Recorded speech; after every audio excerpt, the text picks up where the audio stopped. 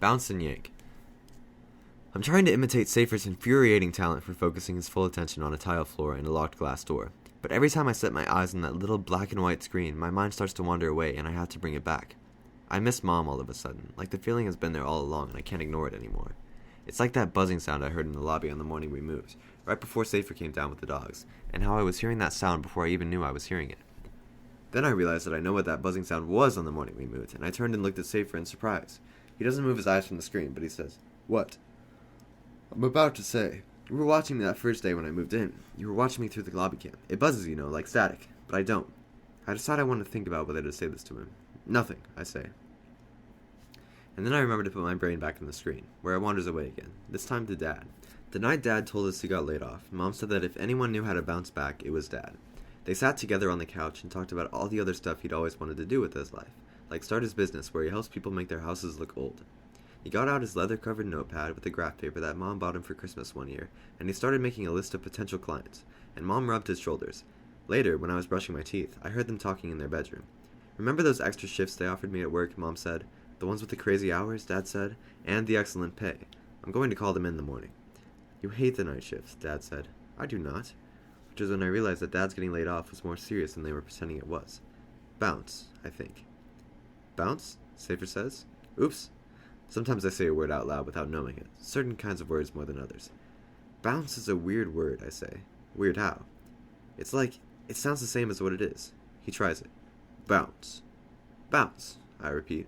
"You're right," Safer says. No one talks for a minute. We watch the screen and I do not let my mind wander. "You know what's another word like that?" Safer says. "What?" "Yank." "Yank," I think. "Yank." I say it out loud. "Yank. Yeah, that works." I'm wondering how many people in the world have understood right away what I meant about the word bounce, the way Safer just did. Absolutely nothing is happening on the intercom screen. It's a picture of an empty lobby. Safer says he trusts me to keep an eye on it while he gets us some peanut butter crackers. "The thing about Mr. X," he says, handing me 3 cracker sandwiches, "is that he's careful, so observation will only get us so far." "What do you think he's doing that's so bad?" I ask. "You never actually said." "I have a few working theories. Like, you don't want to know. But shouldn't I know? I'm afraid you'll get upset." "I won't." "Okay. Ask yourself this question. Why would someone carry suitcases out of his apartment all the time? Heavy ones." "I don't know." "Because you aren't thinking. Think. People in, suitcases out." "You think he's chopping people up and putting them in suitcases?" He looks at me and raises his eyebrows. "You said it. I didn't." "Okay, that is nuts." "Is it?" "Do you even see people going into his apartment?" "You said people in, suitcases out. But what people are going in?" "Hard to know. People get buzzed in all the time. Who's to say where they're going?" "Who's to say they're being chopped up into little pieces?" "Exactly," Safer says. "That's why we need evidence." I'm just sitting there, what they call dumbstruck. "I've never even seen the guy," I managed to say. Safer nods. "You're still developing your lobby camp stamina." He looks at his watch. "I have to walk the dogs. You coming?" I'm trying to act less freaked out than I feel. I can't decide if he's serious. "I told you you'd be upset," Safer says. "You didn't listen." Safer's dog walking is mostly a lunchtime job. That's when he takes 4 of them at once. People walk their own dogs after work, he tells me, except for one guy who works late and one lady who just had a baby. Safer walks their dogs, Ty and Lucky, twice a day, and sometimes on the weekend. Safer knocks on 2A. I hear a baby crying somewhere far away behind the door. "Who is it?" a voice says. "It's me, Safer." "Who?" "Safer!" "Who?" "Hey," I say, "is that the moo cow kid?" Safer just glares at the door. A few seconds later, there's a knock from inside the apartment. "Who's there?" Safer asks. "Interrupting cow." "Interrupting cow, who moo! Moo!" Safer rolls his eyes at me, but the door is finally being unlocked, and a giant yellow dog comes bounding out, knocking Safer off balance so that he has to grab the wall or fall down. He gives Lucky a hug like you give a person. Lucky is one of those incredibly slobbery dogs, with slime leaking over black lips at the corners of her mouth. Now Safer is letting her lick his face all over, and I'm thinking that if he doesn't get a bird disease, he'll probably get a dog one. The moo cow kid is holding out Lucky's leash, being helpful for once. "And here's the poop bag," he says, shoving a crumpled plastic bag at me. I put both my hands up and say, "No thanks." Safer grabs it and stuffs it in his pocket. "Babies are so stupid," the moo cow kid says. "They don't even know where we hang the leash, and they don't wear shoes." He slams the door on us. We collect Ty, which is easy because Safer just lets himself into the guy's empty apartment with one of the keys on his giant keyring, and then we head down the stairs to the basement, where Safer unwedges a grimy Spalding pink ball from behind a big pipe that runs along the wall. A metal door leads into the courtyard. Standing in the courtyard is kind of like being a mouse at the bottom of a concrete garbage can. High walls all around and daylight up there somewhere. Safer starts throwing the ball for the dogs to fetch.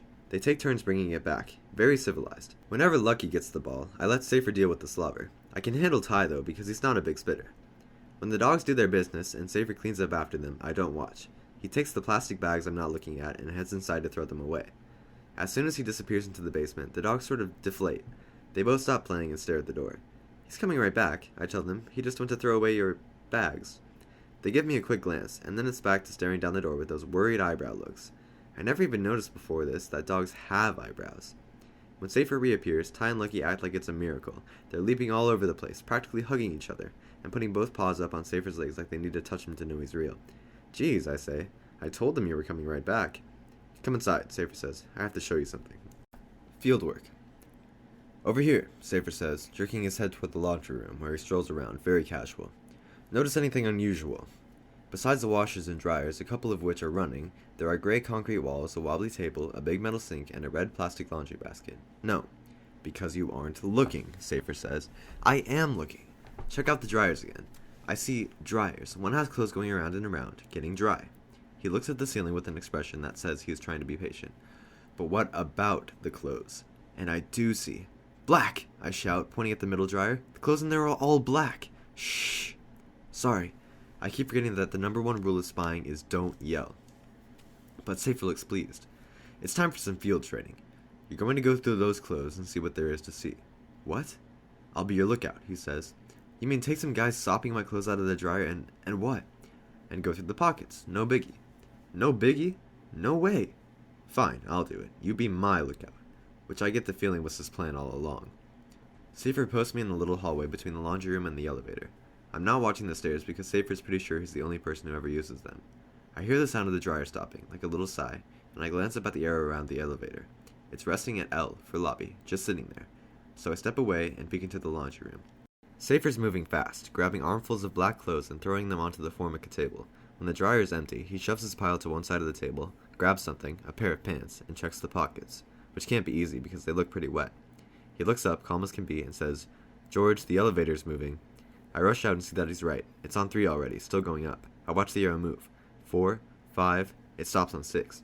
It stopped on 6, I call to Safer, because that's his floor, but he doesn't answer. I hear the motor start up again and keep my eye on the arrow. 6, 5, 4, it stops on 4. Mr. X's floor. And if that's Mr. X's laundry, it stopped on 4, I shout. Stay calm, Safer replies. Spies don't freak out. It's moving again. 3, 2, L. It doesn't stop on L. It's coming to the basement. It's coming down, I yell. To the basement. Safer calls back one word. Stall. Stall? I'm going to look like an idiot just standing there staring when the elevator door opens. I quick open one of the garbage cans behind me and grab a bag of garbage. It's wet from something that spatters my leg below my shorts. I hold tight to the top of the bag and wait. It's only when the elevator door begins to open that it occurs to me that waiting in the basement with a bag of garbage makes absolutely no sense. Waiting with the bag of garbage to go to the basement, yes, but waiting for the elevator in the basement, not so much. I quickly step away from the bag, which is now leaking all over the floor, and smelling kind of bad. Maybe it'll just be candy, I tell myself. It isn't candy. And it isn't Mr. X. It's Safer's mom. Oh, hi, George. I'm looking for Safer. Is he down here? Hi, I'm not sure. I think so. He might be. She looks at me funny. Is that your garbage, George? It's leaking. Better get it into a can. That? No, I just saw it here, just now. She blinks. Oh, how strange. This is not going well at all. You know what, I say? I was just thinking I should put it into a can. That's what I was doing, standing here, thinking that, because it's leaking. Yes, it is. I think I just said that. She starts to move past me. But then I was thinking, what if someone is coming back for it? She stops. Coming back, she repeats, for the garbage. Yeah, but that's dumb, isn't it? I'll throw it away right now. I open the same garbage can I took the bag out of, which is a mistake because the bottom of the can is covered with the same gucky brown stuff that's leaking out of the bag, which, if you are a person who likes to analyze things, might suggest that the bag had actually been in there before. But Safer's mom doesn't ask me about that, because right then the dogs both start barking up a storm in the courtyard. They want Safer. Didn't you come down here with Safer to walk the dogs? She points to the courtyard door. Is he outside? He was. Safer comes walking out of the laundry room. Hi, Mom. He holds up 2 wet hands, just washing up, after the dogs. Good idea, she says. Listen, can you stay upstairs with Candy for a little while? I have to run an errand. Sure. I just have to drop off Ty and Lucky. He looks at me. Coming? Yeah, I have to stop by my apartment first, though. because my leg is covered in smelly brown gook. I get in the elevator with Safer's mom, and Safer waves goodbye to us, smiling through the little glass window in the elevator door. Safer's mom stares at my sneakers with a funny expression until we get to the lobby. "You're welcome to join us for dinner, George," she says when the doors open. "It's Candy's night to cook." "Candy cooks dinner? Why not? I believe she's planning to make peanut butter and bananas on hot dog buns." That sounds good, but I should check with my dad." She nods. "And maybe change your socks while you're at it." I look down and see that one of my socks has that brown garbage juice all over it. I look up to say something, but the door is already closing. The phone is ringing before I can get my sneakers off. Safer is very fast on those stairs. "I have something to show you," Safer says. "Come right away." "I kind of freaked out back there," I tell him. "I think your mom noticed." "My mom is a very accepting person," Safer says. "Don't worry about it. Just come up right away. As soon as I wash my leg." "Did you say you're washing your legs?" "Never mind." Upstairs, Safer is in his beanbag chair with a big smile on his face. He holds up a little gold-colored key. "Seriously? That was in the dryer?" "Pants pocket," he says. He tosses the key to me, first doing a couple of fakes so I know it's coming, but I still miss and have to pick it up off the floor. At least he doesn't laugh. It's a funny little key. It looks like it should open a miniature treasure chest. "I can't believe you found this." Now we just have to figure out what it opens. I think Safer pictures a little box of evil in a corner of Mr. X's apartment, and he thinks that if he can find it, he'll save the world, or at least a small part of Brooklyn.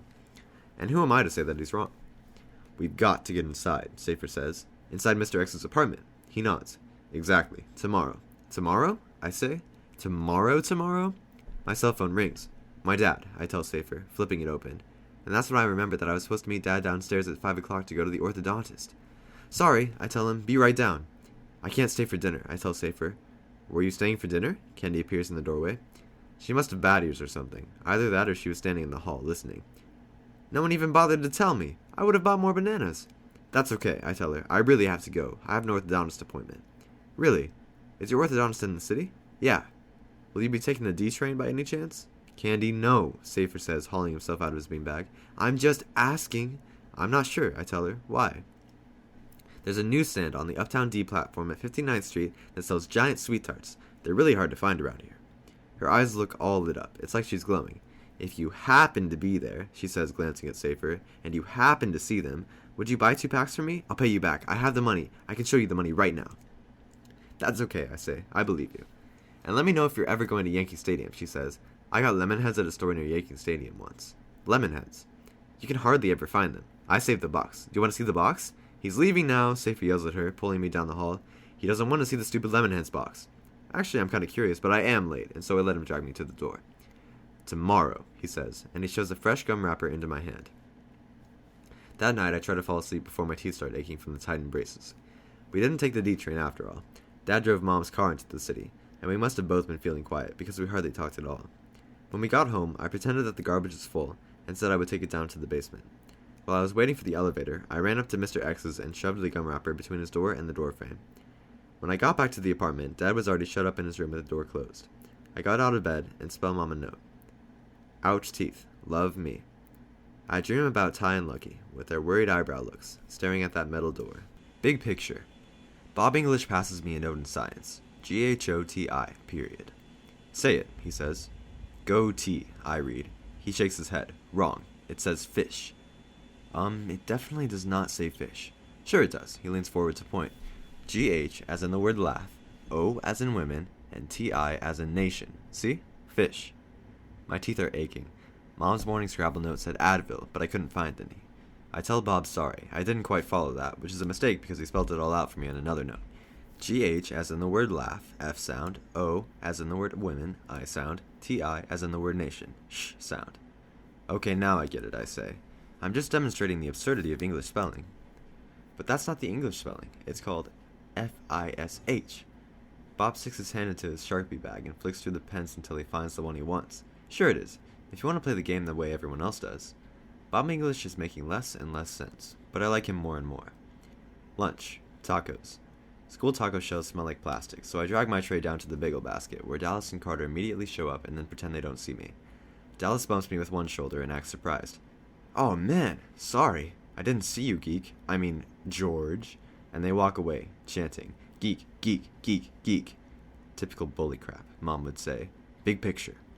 I think about Sir Ott hanging over the couch at home, and how much I would like to be there right now, kicking back with some America's Funniest Home Videos. And then I think of all those thousands of dots Surratt used to paint the picture. I think about how if you stand back from the painting, you can see the people, the green grass, and that cute monkey on a leash. But if you get closer, the monkey kind of dissolves right in front of your eyes. Like Mom says, life is a million different dots making one gigantic picture. And maybe the big picture is nice, maybe it's amazing, but if you're standing with your face pressed up against a bunch of black dots, it's really hard to tell. After school, I watch America's Funniest Home Videos and let the phone ring. It rings and stops, but no one leaves a message on the machine. The third time it starts, I grab the remote and pause the show.